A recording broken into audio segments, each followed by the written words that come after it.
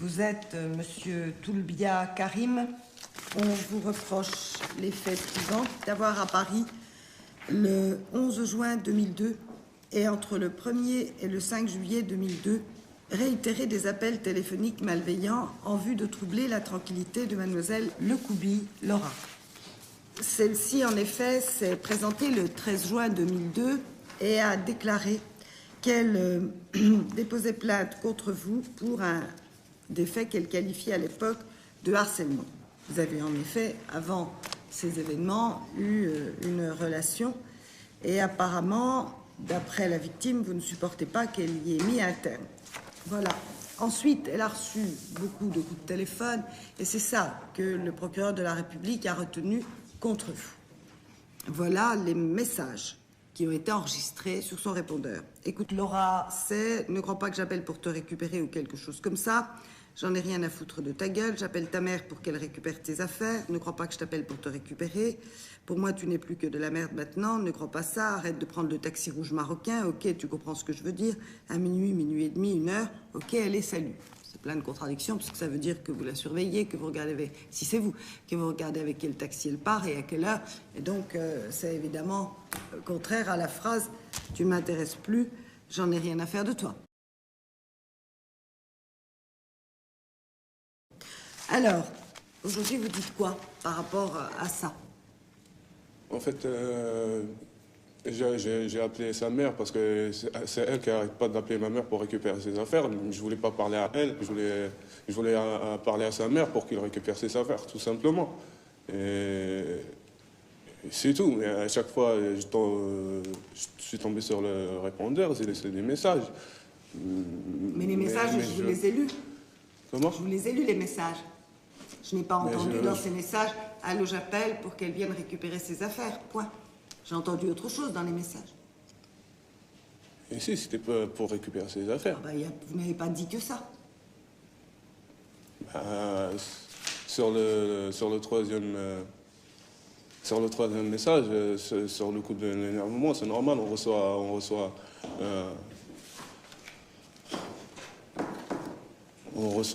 un appel du juge. Vous n'aviez pas reconnu, quand vous avez été entendu, les appels aux parents. Aujourd'hui, vous reconnaissez les appels aux parents. Vous dites bien que c'est vous. Vous reconnaissez donc avoir dit aussi, en appelant ses parents, mais où vous pensiez la trouver, avoir dit aussi qu'elle elle a porté plainte contre moi. J'ai qu'auprès de 5 mois faire. Je vous jure, j'ai pas besoin d'eux. Je vous dis qu'il vaut mieux pas rester dans cette ville. Ça veut dire quoi, vaut mieux pas rester dans cette ville? On parle de moi, ça sert à rien. Vous parlez de vous, c'est pas une menace. Ah non, c'est vous qui voulez pas rester dans cette ville. Ben oui. D'accord. Et c'est votre copain, vous, qui a dit au patron, c'est enregistré, si vous ne la virez pas, je fais brûler votre café. C'est fou, ça. C'est impossible. C'est impossible que quoi? Que vous ayez dit ça? Que je dis ça. Et que votre copain ait dit ça? C'est impossible. Et qu'est-ce qui a dit écoute-moi bien, petite salope, j'ai été payée pour buter la putain de ta race à toi et à ton mec. Je ne sais rien dire, je ne sais pas. Hein? Ça, c'est elle qui a dit que Nia avait reçu cet appel-là. C'est pas vous? Non, du tout. Donc vous reconnaissez exclusivement les derniers appels aux parents de la plaignante? Pour les affaires. Écoutez, j'espère que la partie civile va nous le confirmer. Asseyez-vous, madame.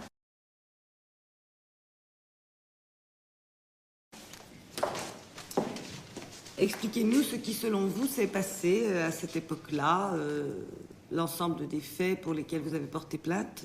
On vous écoute. Mais déjà, ce que j'aimerais expliquer, c'est que ça, l'ensemble des faits que vous avez là, c'est juste une petite idée de ce que j'ai vécu pendant assez longtemps. 7 ans, c'est-à-dire 7 ans de violence conjugale, 7 ans de manipulation, de peur. Il m'a isolée de tout le monde, il m'a isolée de mon monde professionnel, il m'a isolé de ma famille, il m'a battue et torturée, parce qu'il faut savoir qu'il m'a torturée avec un scalpel.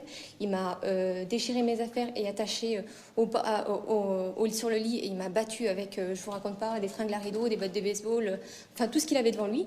Donc ça, la peur que j'ai eue pendant des années, j'en ai eu peur et j'ai eu peur de le quitter parce que j'avais peur qu'il y ait un suivi, un harcèlement après. Ensuite, quand je l'ai quitté, j'ai trouvé justement une association qui m'a hébergée, qui m'a encadrée, qui m'a suivie, qui m'a, on va dire, protégée. Et il a quand même continué à m'harceler. Il m'a retrouvée 3 mois après que j'ai trouvé un nouveau travail. différent. J'ai essayé de changer justement de métier dans une brasserie. On ne sait pas comment, on ne sait pas grâce à qui, mais il m'y a retrouvé, il m'a harcelé. J'ai tenu coup, mais j'ai jamais pu refaire ma vie parce qu'on ne refait pas sa vie après ça. On ne peut pas refaire sa vie. Ni professionnelle, ni sentimentale, ni quoi que ce soit. Parce que moi, la nuit, il me torture encore. Moi, la nuit, dès que j'ai un souci, n'importe quel, je vois une personne qui lui ressemble, je le vis la nuit. Il me bat encore dans mes rêves. Il me bat encore tous les jours. J'ai peur d'aller dans les endroits publics parce que j'ai peur qu'il soit là. À faire quoi? Je ne sais pas. Je ne sais pas aujourd'hui ce qui peut se passer encore pour moi. Pour vous, peut-être que 2 ans après, ça, il refait sa vie, bien sûr, je veux bien le croire. Mais la personne qui est après, elle ne sait pas ce qu'il est, elle ne sait pas ce qu'il vaut, elle ne sait pas ce qu'elle peut lui donner aussi. C'est une personne qui est extrêmement jalouse, paranoïaque, et qui est très patiente, très manipulatrice. Il sera patient. Aujourd'hui, il va attendre que le tribunal se décide. On va lui donner peut-être une peine légère, on va peut-être, je ne sais pas. Mais il sera patient et il recommencera parce qu'il a décidé de me pourrir la vie. Et ça, je ne lâcherai pas.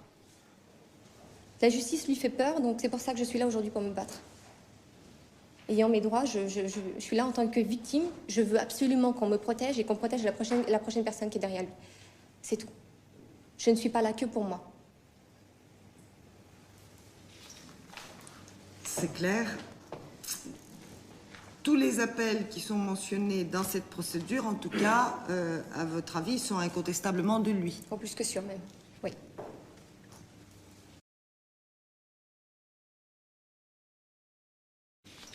Vous avez constaté, en entendant la partie civile, qu'il y avait une énorme différence entre votre façon de présenter les choses et les relations telles que décrites par la partie civile comme étant, en prenant ce qu'elle nous a dit, hein, un vrai cauchemar, quelque chose de beaucoup plus oppressant pour elle, beaucoup plus violent, beaucoup plus angoissant.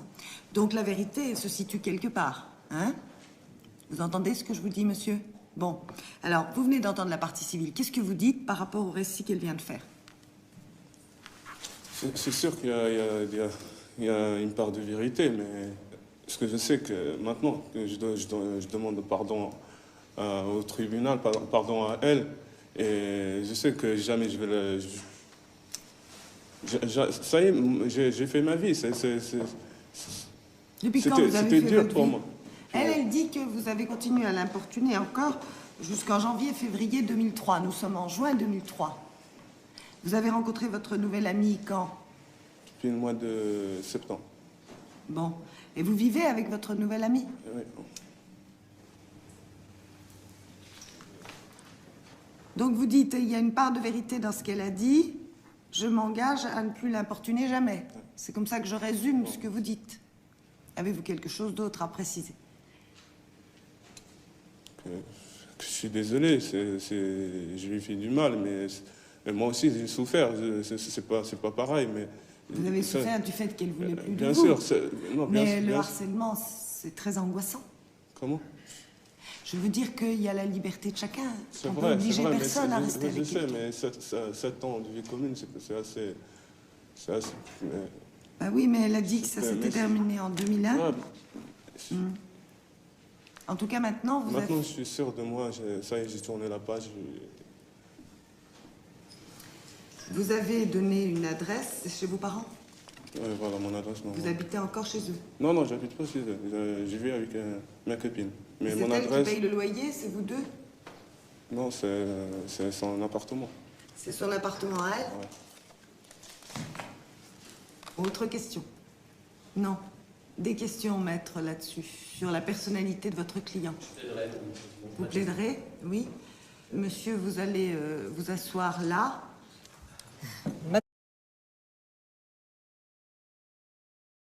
Madame la Présidente, dans les affaires de vie privée, il y a toujours, comme vous l'avez dit vous-même, une vérité qui est au milieu du gué. Mais il n'empêche que nous avons un devoir.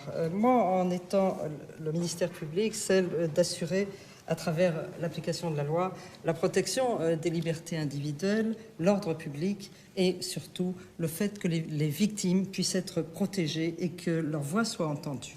Et vous, en tant que tribunal, vous avez nécessité de sanctionner, mais aussi de réparer aussi, et enfin de prévenir.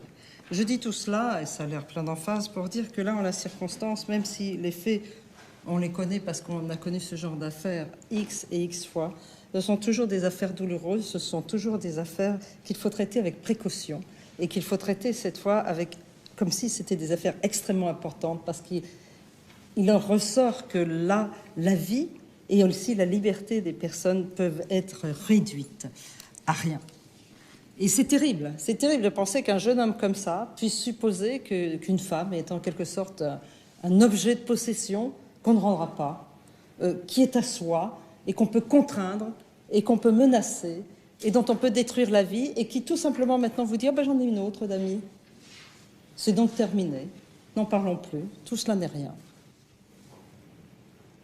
Je pense que dans cette affaire, ce qui est important, c'est votre sanction. C'est votre sanction parce que là, elle va induire un avenir. Non pas pour lui, parce qu'il l'a déjà pris son avenir. Il est déjà avec une autre personne, mais pour elle. C'est pourquoi je requiers qu'il vous plaise, Madame le Président, de prononcer à son encontre une peine de 18 mois d'emprisonnement avec sursis mis à l'épreuve pendant le délai maximal. Et méfiez-vous que cette décision, celle-ci, soit idoine, qu'elle soit juste, mais qu'elle soit ferme. Le tribunal vous remercie, Madame le procureur. Maître, vous avez la parole pour la défense. C'est toujours tellement difficile, Madame le Président. Les affaires privées. Allô, toi, bon, écoute-moi, c'est... Ne crois pas que je t'appelle pour te récupérer ou quelque chose comme ça, j'en ai rien à foutre de ta gueule. Alors, j'ai peut-être, moi, pris des habitudes qui ne courent pas les rues, mais... Et c'est sûrement un défaut, à chaque fois que je commence une phrase par une négation, je m'interroge et je me dis, mais... C'est un peu louche, ça. Alors, quand ton téléphone... Il a fait un pas. Aujourd'hui à l'audience. C'est pas un pas de géant. Un frère dans la salle. On est rarement fiers de ça. Moi, ça m'est arrivé de pas être très correct. Souvent, les hommes, je crois, sont plus bêtes que les femmes dans ce domaine-là. On n'est jamais fiers. Je pense que c'est les moments où on culmine. Nous, je dis nous parce que je suis de ce côté-là, en tout cas, on culmine à ce moment-là, je crois, dans la bêtise, et je le dis, j'aime pas les gros mots, j'en ai rarement, mais vraiment dans la connerie, je crois, là. Et je souhaiterais, pour ma part, que lorsqu'il y a eu de l'amour pendant 7 ans et qu'on se voit signifier « tu t'en vas, je veux plus entendre parler de toi, c'est fini, tu n'existes plus pour moi », que parfois ce qui était de l'amour devienne ce qu'il y a de plus moche, de plus horrible, et qui est la haine. Et c'est vrai que j'aimerais bien, moi, que l'amour soit pas aussi proche de la haine, et bien sûr, quand c'est de la haine, du côté des victimes, bien sûr. Madame est la victime de cette audience, l'était déjà à l'audience précédente. Il ne s'agit pas de venir inverser les rôles d'aucune manière. Que lorsque on est de ce côté-là, eh bien évidemment que c'est irrecevable. Parce qu'on s'en fiche que la haine, ce soit une forme d'amour, etc. Parce que bien sûr, on est victime de l'agression et on s'en fiche et on a raison.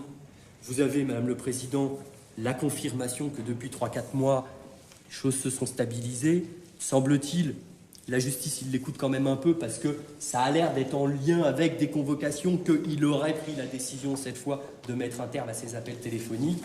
Je souhaite que les choses poursuivent ainsi, je souhaite que vous m'entendiez cette fois et je demande à votre juridiction non pas de ne pas envoyer un signal fort, mais d'envoyer un signal peut-être plus dans la veine d'un dossier qui, je pense, est un dossier, même si c'est difficile à entendre, qui est un dossier de cœur terrible, mais de cœur, et pas un dossier de criminalité. Affaire numéro 6, Monsieur Toulbia Karim et Madame Laura Lecoubi.